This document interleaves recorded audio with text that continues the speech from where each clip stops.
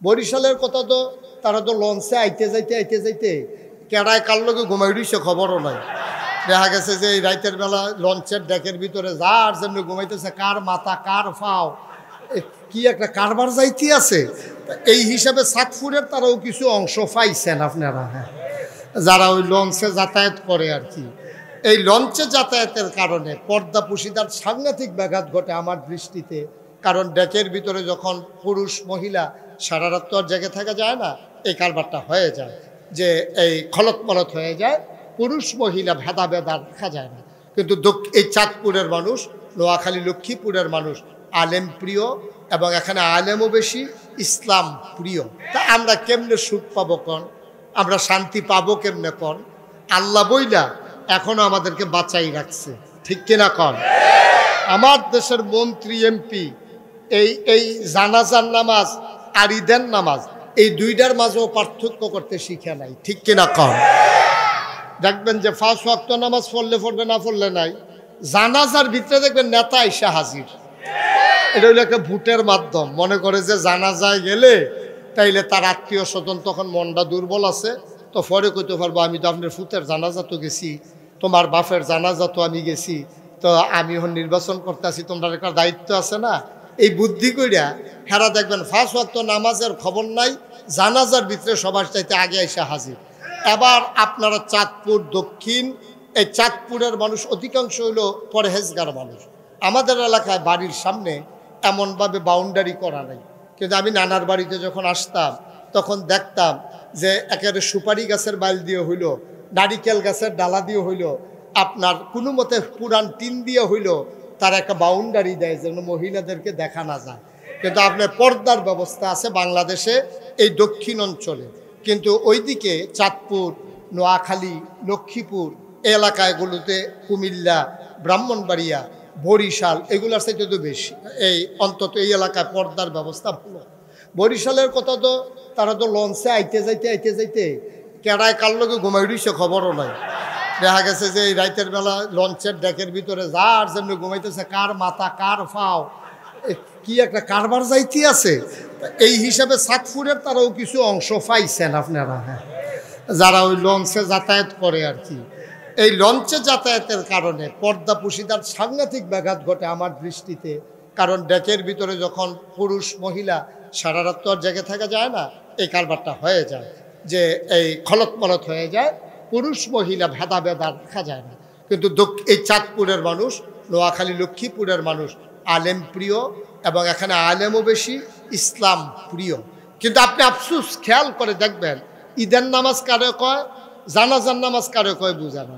ওই যে জানাজা পড়বো যে নেতায় 5 ওয়াক্ত নামাজ পড়লে পড়বো, না পড়লে নাই।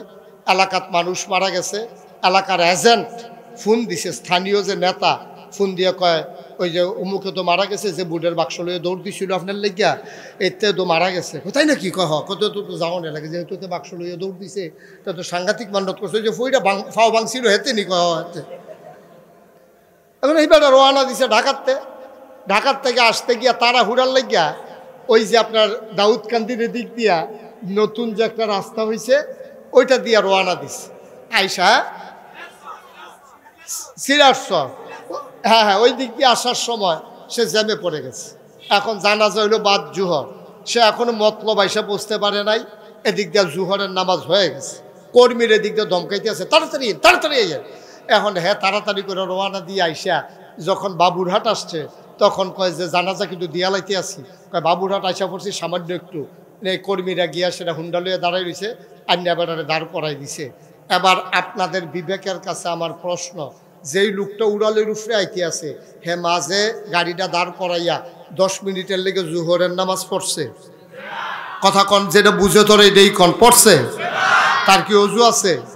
তার তো এরকম সাংঘাতিক বিপদের ভিতরে দিয়াতে কোনো মতে আইয়া সেটা জানাজায় খাড়াইছে, মাইক দিছে, কথা কইছে, আল্লাহু আকবার, জানাজার দাঁড়াই গেছে।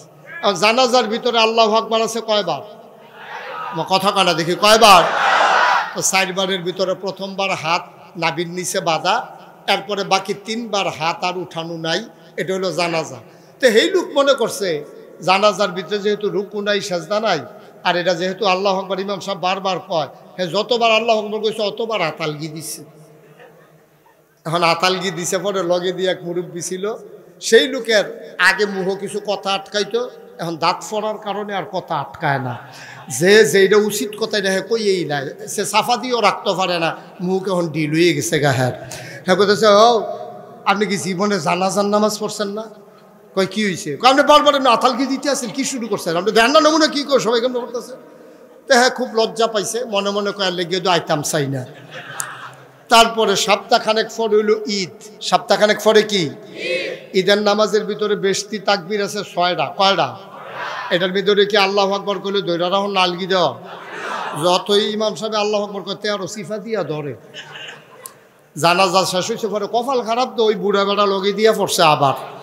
ঈদের নামাজের পরে হেবাটা কয় কিও আপনি কি ঈদের নামাজও ইচ্ছেন না? কয় কি সমস্যা কি? কারণ যদি সবাই আতালগি দিয়েছে আপনি দইরা রাখছেন, কয় কথাটাই কইয়েন না। জানাজা তাইয়া আতালগি দিয়ে যেই বিপদও পড়ছিলা সেই দিনে নিয়ত করছি কেডা আতালগি দেয় নামাজের ভিতরে দেখা যাইব। এই হইলো বাংলাদেশের নেতা, ঠিক কিনা বলে? এই যদি হয় নেতার নমুনা, তাইলে কর্মীর নমুনা কেমন?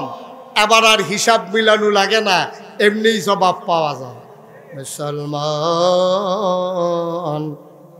মন দিয়ে শুনো রে ভাই, আল্লাহ তাবারক ওয়া তাআলা দুনিয়ার ভিতরে মানুষ বানানোর পরে এমনে এমনে ছেড়ে দেন নাই। কোন পথে গেলে জান্নাত, কোন পথে গেলে জাহান্নাম, কোন পথে গেলে লাভ আর কোন পথে গেলে লোকসান, কোন পথে ভালো, কোন পথে মন্দ, কোন পথে কল্যাণ, কোন পথে অকল্যাণ, কোন পথে শিরক বেদাত, কোন পথে তাওহীদ রিসালাত, কোন পথে কুফর আর কোন পথে ইসলাম জানানোর জন্যে যুগে যুগে আমার আল্লাহ 3টা জিনিস মানুষকে দান করেছেন। 1 নম্বরে আকল, 2 নম্বরে আসমানি কেতাব, 3 নম্বরে নবী। যুগে যুগে যেই নবী আর নবীদের ক্রমধারায় সবার শেষ সবার সেরা যিনি নবী আপনার নবী, নবী মুহাম্মদুর রাসূলুল্লাহ সাল্লাল্লাহু আলাইহি ওয়াসাল্লাম। বলেন সুবহানাল্লাহ।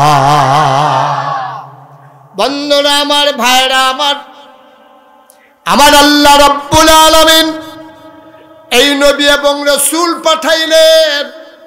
এই নবীরা মানুষদেরকে ডেকে ডেকে দ্বীনের পথে নিয়ে আসলেন। মানুষগুলোকে যখন ডাকলেন, আল্লাহ রাসূল সাল্লাল্লাহু আলাইহি ওয়াসাল্লাম একটা মানুষের সকল দিক তিনি সুন্দরভাবে গড়ে তুলতে চাইলেন।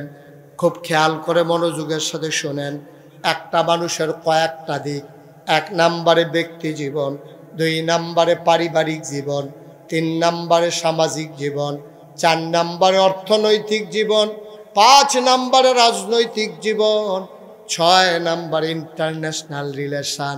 সেটা হলো মানুষের সাথে মানুষের সম্পর্ক, আন্তর্জাতিক পর্যায়ে মানুষের যে সম্পর্ক, এটা হলো ইন্টারন্যাশনাল রিলেশন। বলেন সুবহানাল্লাহ। তাহলে 1 নম্বরে ব্যক্তি জীবন। এখন ব্যক্তি জীবনে ইসলাম আছে নাকি নাই? কথা কন জুড়ে কইেন একটু। ছেলে, ছেলে বসো। উমাতে দোকানটা খুললে সরছি না, কয় বাহি দেন। ওয়াজটা শুরু করছি না, হাতে উঠালেছি কি রে, তাই মনে করছো অন্য হুজুর। সিফা দিয়া বইয়া থাও, তুমি নমুনা দেখতেছো না কি যাইতে আছে। হ্যালো,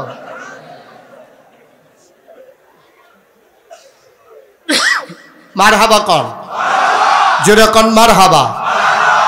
তো যেই কথাটা বলতেছিলাম, ব্যক্তি জীবন। ব্যক্তি জীবন মানে কি? শুধু আমি, এটার কই ব্যক্তি জীবন। আমি মুশতাক ফয়েজ, এই যে হুজুর, এই আমরা হইলাম ব্যক্তি জীবন, যার যারটা তারটা। এখন ব্যক্তি জীবনে ইসলাম আছে নাকি নাই? ব্যক্তি জীবনে মানুষের 2টা অংশ, একটা হচ্ছে সুরিপু আর একটা হচ্ছে কুরিপু। প্রতিটা মানুষের মাঝে 2টা জিনিস বাস করে। প্রতিটা মানুষ একটা প্রাণী, এটার ভিতরে মনুষ্যত্ব বাস করে, আবার পশুত্ব বাস করে। যেমন শিয়াল, কুকুর এটাও প্রাণী, মশা, মাছি এটাও প্রাণী। আপনি মানুষ, আপনিও প্রাণী। পার্থক্যটা কি? পার্থক্য হলো প্রাণ থাকলে প্রাণী হয়, মন না থাকলে মানুষ হওয়া যায়। আমরা যেহেতু মানুষ, আমরা পশু প্রবৃত্তিকে দমন করে পশুত্বকে বিসর্জন দিয়া মনুষ্যত্বের বিকাশ ঘটানো, এটাই হলো মানুষ। সুবহানাল্লাহ বলবেন না? তো ব্যক্তি জীবনে আপনি মনুষ্যত্বের বিকাশ ঘটাবেন কেমনে? যেমন লোভ, এটা একটা সহজাত প্রবৃত্তি। লোভ সব মানুষের মধ্যে, আমি যে ফির সাহেব আমার ভিতরেও আছে, উনি যে প্রিন্সিপাল হুজুর ওনার ভিতরেও আছে। কেউ এর কম লুবে ধরে, কেউ এর বেশি লুবে ধরে, কেউ এর 100 টাকা দিয়ে পানিতে নামন যায়, আর কেউ এর না হইলে 1 লাখ লাগে আর কি, নামতে বাধ্য সবাই, ঠিক কিনা? তো এটার থেকে ফিরে আসতে হলে আপনাকে কি করা লাগবে? আপনার মনুষ্যত্বের বিকাশ ঘটাইতে হবে। আর অন্তরে আপনার একটা জিনিস থাকা লাগবে, এটার নাম হলো আল্লাহর ভয়। এটার নাম কি? কথা কথা ঘুমাই গেছেন সবাই? এটার নাম হলো আল্লাহর ভয়। যার অন্তরে আল্লাহর ভয় বেশি, সে মর্যাদাও পাইছে বেশি। ইন্না আকরামাকুম ইনদাল্লাহি আতকাকুম। তোমাদের ভিতরে পীর সাহেব, লাট সাহেব, মন্ত্রী, এমপি, উজির নাজির, উপদেষ্টা, আমলা কামলা, বদুল্লা, যত মানুষ বলো, ভুইয়া, চৌধুরী, সরকার, কনকার, পেশকার, জমাদার, দফাদার, চকিদার, পাটোয়ারি, নিয়াজি, যত জাতের বংশ আছে সবার চাইতে মর্যাদা বেশি তার। সে রিক্সাওয়ালা হতে পারে, সে মেথর হতে পারে, সে মুচি হতে পারে, সে ডেলি লেবার হতে পারে। ইন্না আকরামাকুম ইনদাল্লাহি আতকাকুম। তোমাদের ভিতরে মর্যাদা বেশি তার, কলিজার ভিতরে আল্লাহর ভয় বেশি যার, ঠিক কিনা বলো? তোমার অন্তরে আল্লাহর ভয় আছে তো তোমার মর্যাদা আছে। আর তুমি ফির সাহেব, কত ফির সাহেব বেড়া দেখবি হ্যাঁসরাই লইব কিয়ামতের ময়দানে, গামছা লাগাইয়া হ্যাঁসরাইতে থাকবো, মুড়িদের আসাইয়া থাকবো। এইরকম হবে, অনেক মুড়িদ জান্নাতে চলে যাবে, পিসাব পরে থাকবে হাসরের ময়দানে, জান্নাতে যাওয়ার কাছেও যাইতে পারবে না, ঠিক কিনা কন? কারণ মুড়িদরে সারা জীবন খালি কইছে আল্লাহ বাবা এই দুনিয়া ছাড়ো, দুনিয়া ছাড়ো, আল্লাহ ধরো, আল্লাহ ধরো। তো মুড়িদ তো হুজুরের কথা অন্য দুনিয়া ছেড়ে আল্লাহ ধরছে, আর ফির সাহেবের দুনিয়া এমন ধরা ধরছে, 1 গ্রাম সাইডা জমিন কিনতে কিনতে আরেক গ্রামও গিয়া ঢুকছে, ঠিক কিনা কও? তাহলে আপনি কইলেন কি, করলেন কি? আপনি বললেন কি আর করলেন কি? ওই যে আমরা নেতারার মতো, দেখছেন না, 5ই আগস্টের আগ পর্যন্ত টেলিভিশনটা খুললে, পত্রিকার পৃষ্ঠাটা খুললে একবার খালি ডাক দেয়, আসো খেলা হবে। আরে বেড়া, তুই যে কইতাছ খেলা হইব, তোর শৈলের নমুনা তুই চিন্তা করতি না? তোর যে ওপেনার সার্জারি হয়েছে, তোরে খেলা করার লাগে দুইজনে দৌড়া। হ্যাঁ, যে কদম দেয়, ফাও হালায় একখানো পরে গিয়ে আর একখানো, হ্যাঁ তার ফ্যান বেড়াইয়া দুলে, হ্যাঁ ব্যালেন্স নাই। হেই লোকটা মঞ্চ বেড়াইয়া লইয়া ফুটেছে কেউ দুপুরইয়া, হেই লোক যদি কয় খেলা হবে, সেতুটনের কথা না কোনছেন, হ্যাঁ খেলা হবে, খেলা হবে ডাকে, তো প্রত্যেক দিন কি আর ডাক ভাল লাগে? ফলাফান একদিন যখন নাম বেলাইছে বলে আর বাইক গেছে, ফলাফান কেরা প্রত্যেক দিন সহ্য হয়? ফলাফান হলো খেলুন না, হেতান দিলে কয় খেলা হবে, তাই ফলাফানে কত আইয়েন খেলা হবে, কইয়া নাম বেলাইছে পরে হেতে নাই।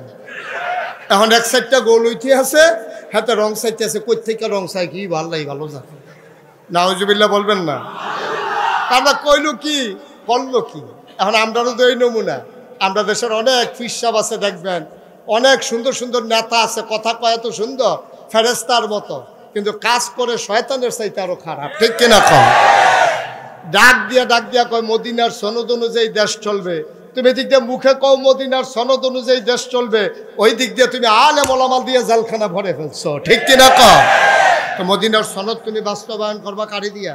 তুমি আলেম ওলামারে জেলখানায় ঢুকাইছো, তোমরা কি তামাশা কম করছো? তোমরা যখনই দেখছো তোমাদের বিরুদ্ধে কথা যায়, বিশুদ্ধবারে ফোন করেছেন, ইমাম সাহেবরে কইয়া দিছে, হুজুর আমরা অন্য হুজুর লইয়া লাইছি, আপনি আরেকটা চাকরি চাইয়া লাইয়েন।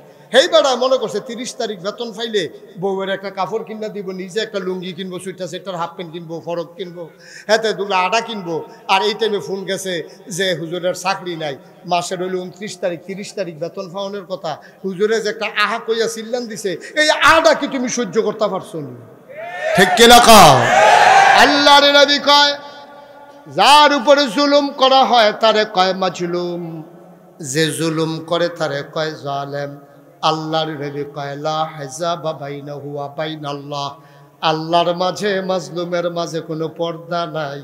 মাজলুম অর্থাৎ যার উপরে জুলুম করা হয়, ওই মানুষটা যখন আল্লাহ বলে একটা ডাক দেয়, চোখের পানিটা গাল বাইয়া জমিনে পড়তে দেরি, তার দোয়া কবুল হইতে দেরি হয় না, ঠিক কিনা? কত জুলুম তোমরা করেছ, ইমামের চাকরি তোমরা খেয়ে ফেলেছ। মঞ্চের ভিতরে আলেম ওয়াজ করতেছে কোরআনের তাফসীর, বিরুদ্ধে যখন কথা চলে যায় তোমরা মঞ্চ থেকে বেজ্জতি করে আলেম ওলামাকে নামিয়ে দিয়েছ, আলেমের সামনে থেকে মাইক কেড়ে নিয়েছ। তোমরা কম করো নাই। আমি বলেছি যা করেছো অনেক ভালো করেছো। মনে করিল না সবটাই তোমার দেশ, এই দেশ তোমার, এই দেশ আমার, এই দেশ আমাদের, ঠিক কিনা? এই দেশ আমাদের সবার। মন চাইলে বাধা দিবা, মন চাইলে ইমামতি রাখবা, মঞ্চ চাইলে মঞ্চ থেকে বেজ্জতি করে নেমে দেবা।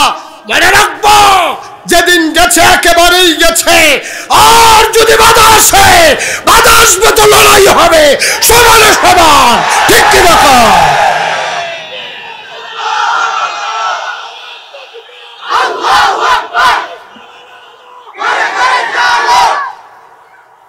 সবাই পড়েন আমিন।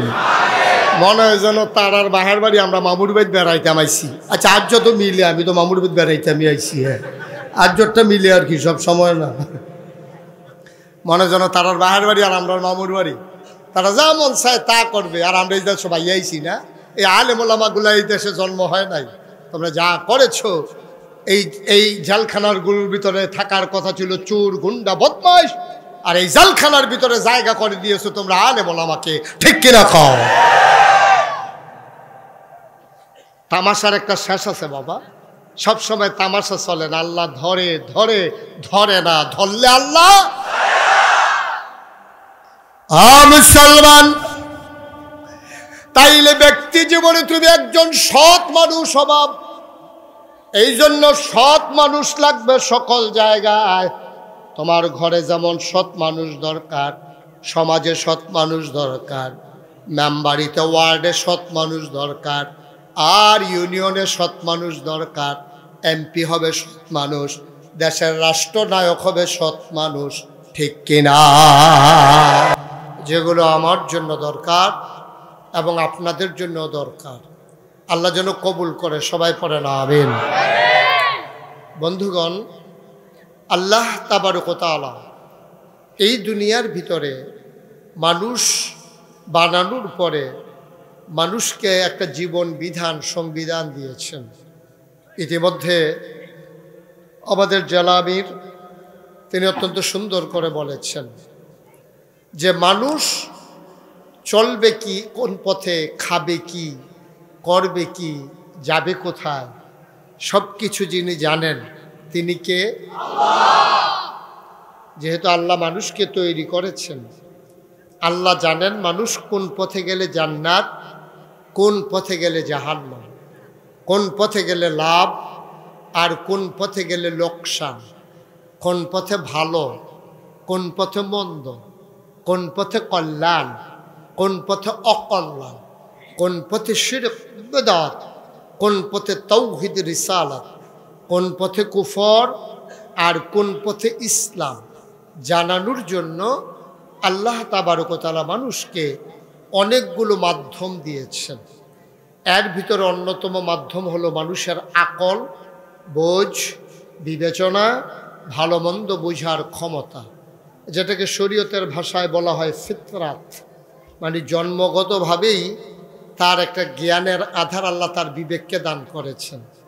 আপনি এমন জায়গায় আছেন যেখানে দুনিয়ার কোনো মানুষ নাই, আপনি একা, গভীর জঙ্গলের মাঝে আপনি দাঁড়িয়ে আছেন।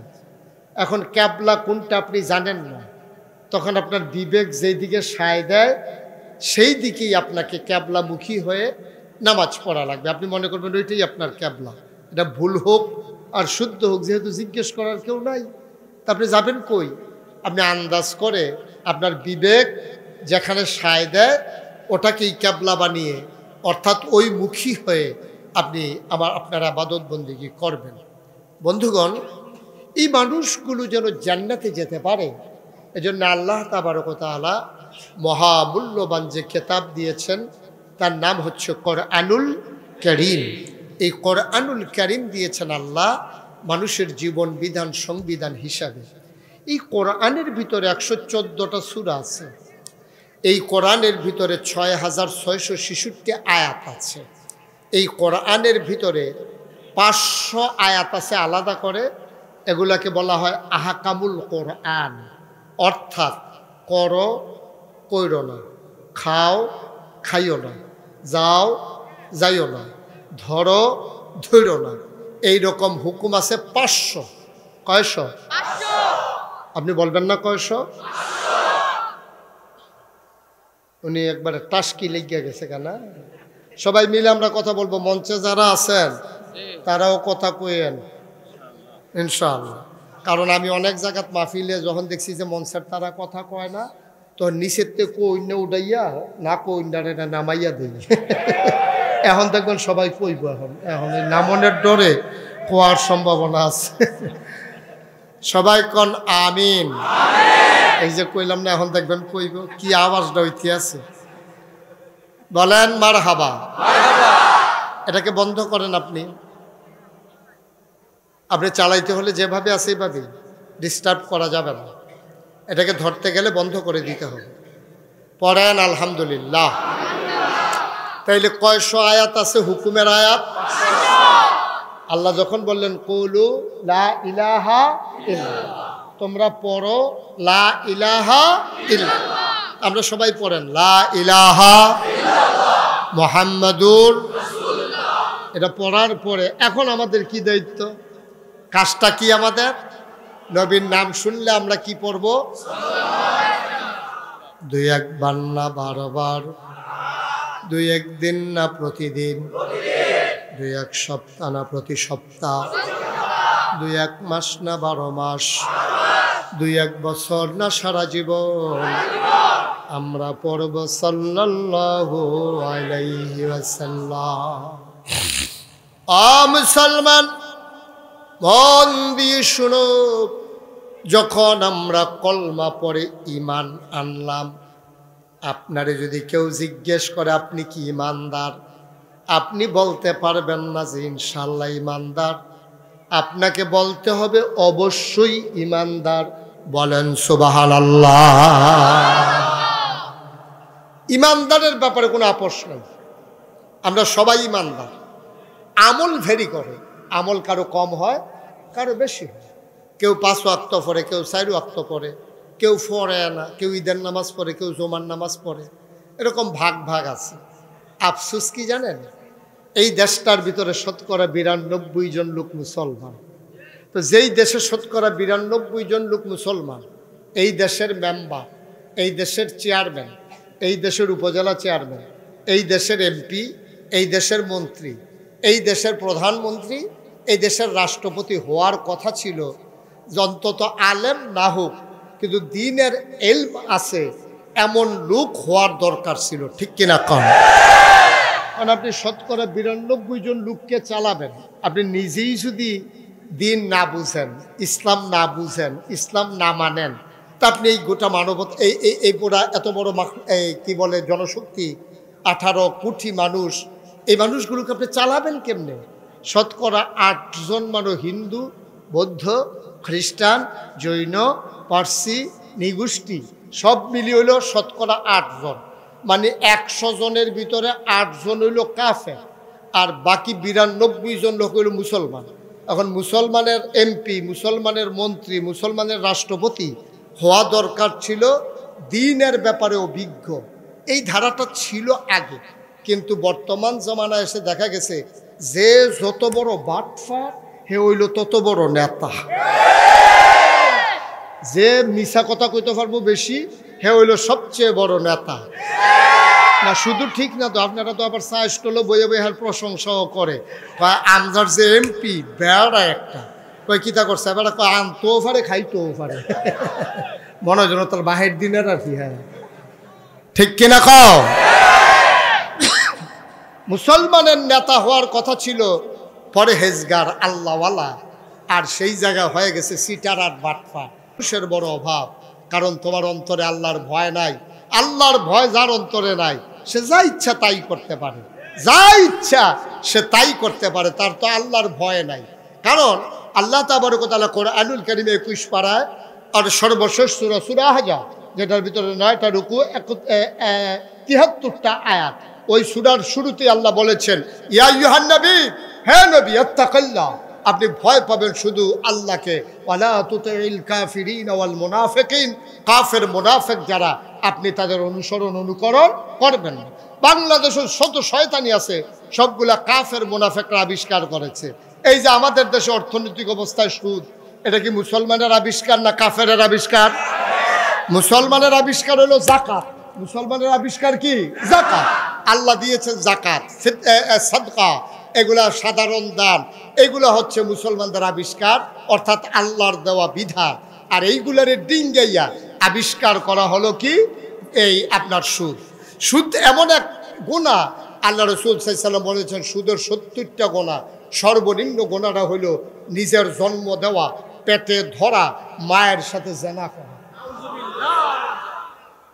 70 নাম্বার গুনাহটা। এই ছেলে, এই আস্তাগফিরুল্লাহ, লা হাওলা ওয়ালা কুওয়াতা ইল্লা বিল্লাহ। সুদের 70টা গুনাহ, সর্বনিম্ন গুনাহটা হলো মায়ের সাথে জিনা করা। এই আমার দেশে এই সুদ আছে নাকি নাই? আপনি ব্যক্তি জীবনে সৎ হতে পারেন নাই। আপনি পীর সাহেবের দরবারে বসে বসে লা ইলাহা ইল্লাল্লাহ জিকির করতে আছেন। লা ইলাহা ইল্লাল্লাহ, আপনার জিকিরের লগে লগে মসজিদ সুদ্ধা জিকির করে, মাছ জিকির করে, গাছ জিকির করে, বেরিয়েছে কর বাবারে। হুজুরের জিকির অন্যরকম জিকির। আপনার জিকিরে খুশি হইয়া বেরিয়েছে দেশি মুরগার ডিম ফাটাইছে, তারপরে আপনার দেশি মুরগা ফাটাইছে, বিদেশি ফুতর কম্বল ফাটাইছে, আতর ফাটাইছে, হাদিয়া ফাটাইছে। আপনার জিকিরে সবাই খুশি। আপনি জিকির করতেছেন হরদমছে, আপনার জিকিরের সময় এমন আওয়াজ হয় কারবার ঘোড়াই ফেলতেছেন আপনি। এমন সময় যার কাছে সুদের টেহা লাগাইছেন, হেতে মসজিদের বাইরে করতেছে, ভাই সুদের টেহারা লইয়া ইসলাম কই যেতাম, হ্যাঁ লা ইলাহা ইল্লাল্লাহ, মসজিদের ভিতরে আইয়াল্লাহ। আপনি দিক দিয়ে লা ইলাহা ইল্লাল্লাহ কইতে আছেন, আবার সুদের টেহা লইয়া মসজিদের ভিতরে আইয়াল্লাহ ওনের লেগে ডাকতে আছে। আপনি কেমন পরহেজগা?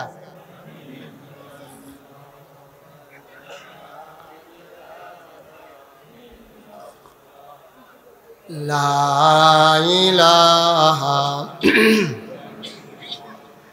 লা ইলাহা লা ইলাহা ইল্লাল্লাহু মুহাম্মাদুর রাসূলুল্লাহ সাল্লাল্লাহু আলাইহি ওয়াসাল্লাম। আল্লাহুম্মা সাল্লি ওয়া সাল্লিম ওয়া বারিক আলাইহি। সবাই পড়ি আলহামদুলিল্লাহ। জোরে পড়ি আর জোরে। আল্লাহ তাবারক ওয়া তাআলার দরবারে আমরা লাখ কোটি শুকরিয়া জ্ঞাপন করছি, জেনে আমাদেরকে ঐতিহ্যবাহী ঐতিহ্যধন্য পূর্ব শাহতলী কেন্দ্রীয় জামে মসজিদ ও হিফজুল কোরআন হাফিজিয়া মাদ্রাসা এতিমখানার হাফেজ ছাত্রদের পাগড়ি প্রদান উপলক্ষে আজ 1 ফেব্রুয়ারি রোজ শনিবার বরকতময় দিন শেষে অন্ধকারের চাদর যখন পৃথিবী ঢেকে দিয়েছে, জানান দিয়েছে রাত হয়ে গেছে। আহা, একটা আওয়াজ কানে বাড়ি খা, আরো কমানে দিক দেয়া। আজকের এই ওয়াজ মাহফিলের সম্মানিত সভাপতি, ঐতিহ্যধন্য দ্বীনি শিক্ষা প্রতিষ্ঠান শাহতলী কামিল মাদ্রাসার সম্মানিত প্রিন্সিপাল হযরত মাওলানা মোহাম্মদ বিল্লাল হুসাইন সাহেব, আজকের মাহফিলের প্রধান বক্তা, আমার পরপর যিনি গুরুত্বপূর্ণ আলোচনা করবেন, আমার হৃদয়ের কাছের মানুষ হযরত মাওলানা মুফতি আমির হামজা। কথা বলেছেন হযরত মাওলানা দ্বীন ইসলাম চাঁদপুরি। আরও আলোচনা করেছেন মাওলানা মিজানুর রহমান মোল্লা। আমন্ত্রিত অতিথিবৃন্দ, উপস্থিত হয়েছেন বাংলাদেশের ঐতিহ্যধন্য দ্বীনকে লালন করে যারা নিজেদের জীবনে ধারণ করেছেন, 56,000 বর্গ মাইলের ইঞ্চি ইঞ্চি জমিতে যারা দ্বীনের প্রচার প্রসারে কাজ করে যাচ্ছেন, দ্বীনকে বিজয়ী শক্তি হিসেবে দেখতে চান, বাংলাদেশ জামাত ইসলামীর চাঁদপুরের জেলা আমির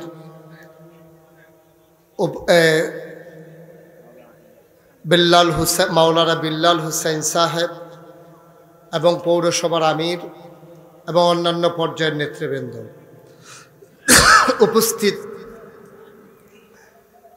এই এলাকার বিভিন্ন রাজনৈতিক দলের নেতৃবৃন্দ, উপস্থিত বিভিন্ন মসজিদের ইমাম সাহেবান, ওলামাই কেরাম, মুরব্বিয়ানে আজম, কলিজার টুকরা যুবকেরা, পর্দার আড়ালের মা ও বোনেরা, সবার প্রতি আমার আবারও আন্তরিক সশ্রদ্ধ সালাম। আসসালামু আলাইকুম ওয়া রাহমাতুল্লাহি ওয়া বারাকাতুহু।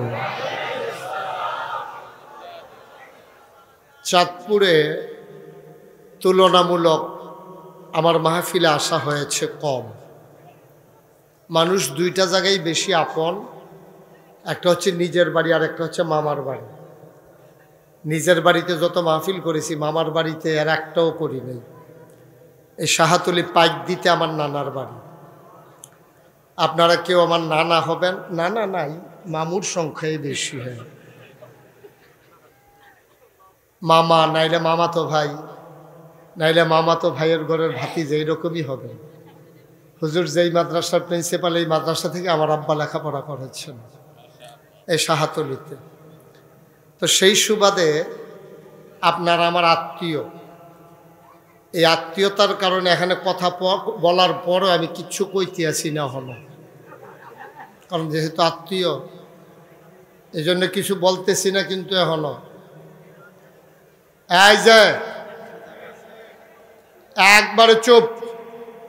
আপনি এখানে দায়িত্ব পালন করা লাগবে না। আপনি দায়িত্ব পালন করতে গিয়ে 10 ফেস লাগাইছেন বেশি। বেড়া দিছে খেত বাসাইরা হলে এখন বেড়ায় খেত খাওয়ান শুরু করছে। আপনি আওয়াজ করেন কেন? ইশারা ইঙ্গিতে কাজ করেন। পুরা এই জায়গাটাকে বাজার বানাই ফেলছেন আপনারা কয়েকজন ভলান্টিয়ার মিলে। করছেন কি আপনারা? যারা মোবাইলগুলো ধরে রেখেছেন দয়া করে মোবাইলগুলো বন্ধ করেন। আমি এক কথা দুইবার বলি না, দ্বিতীয়বারের সময় ধমক দেই। বন্ধ করেন সবার মোবাইল। একটা মোবাইল যেন ধরে না রাখা হয়। আপনারটা মোবাইল না, না এইভাবে না রেকর্ড হয়, না শোনা হয়। আপনি আর অন্যের ক্ষতির কারণ হচ্ছেন, আপনি নিজেরও নিজের ক্ষতির করতেছেন। আপনি তো ওয়াজ শুনতে পারতেছেন না, এটা বন্ধ করে পকেটে ঢুকান। মনোযোগের সাথে সবাই কথা শুনতে হবে ইনশাআল্লাহ। পিন পতন নিস্তব্ধতার মাঝে খরগোশের মতো কান খাড়া করে মাছের মতো নিষ্পলক নয়নে আমরা কথা শুনবো ইনশাআল্লাহ। আমা তৌফিকি আল্লাহ যেন কবুল করে, সবাই পড়ে আমিন। বন্ধুগণ, লম্বা সময় কথা বলবো না, যেহেতু আমার পরে আরো 2 জন বক্তা আছেন, আমার পরে আরো 2 জন কথা বলবেন। তা আমি যদি লম্বা সময় নেই, ওনাদের জন্য ক্ষতির কারণ হবে, আপনাদেরকেও নির্ঘুম রাত কাটাতে হবে। আমি চেষ্টা করব কম সময়ের ভিতরে কিছু কথা বলার জন্য।